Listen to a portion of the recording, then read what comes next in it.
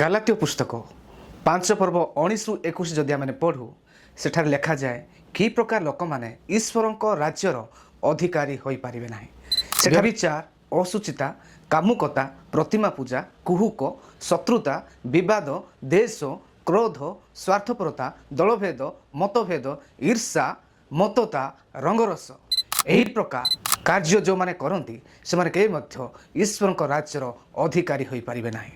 ଆଉ ଈଶ୍ୱରଙ୍କ ବାକ୍ୟରେ ଲେଖାଯାଏ ଯୋହନ ଲିଖିତ ସୁସମାଚାର 3:16 କାରଣ ଈଶ୍ୱର ଜଗତକୁ ଏଡ଼େ ପ୍ରେମ କଲେ ଯେ ସେ ଆପଣା ଅଦ୍ୱିତୀୟ ପୁତ୍ରଙ୍କୁ ଦାନ କଲେ, ଯେପରି ଯେ କେହି ତାଙ୍କଠାରେ ବିଶ୍ୱାସ କରେ ସେ ବିନଷ୍ଟ ନ ହୋଇ ଅନନ୍ତ ଜୀବନ ପ୍ରାପ୍ତ ହୁଏ। ଈଶ୍ୱର ନିଜର ପ୍ରିୟ ପୁତ୍ର ପ୍ରଭୁ ଖ୍ରୀଷ୍ଟଙ୍କୁ ଏହି ଜଗତକୁ ପଠାଇଲେ, ଯେ କେହି ତାଙ୍କଠାରେ ବିଶ୍ୱାସ କରେ ସେ ବିନଷ୍ଟ ନ ହୋଇ ଅନନ୍ତ ଜୀବନ ପ୍ରାପ୍ତ ହୁଏ।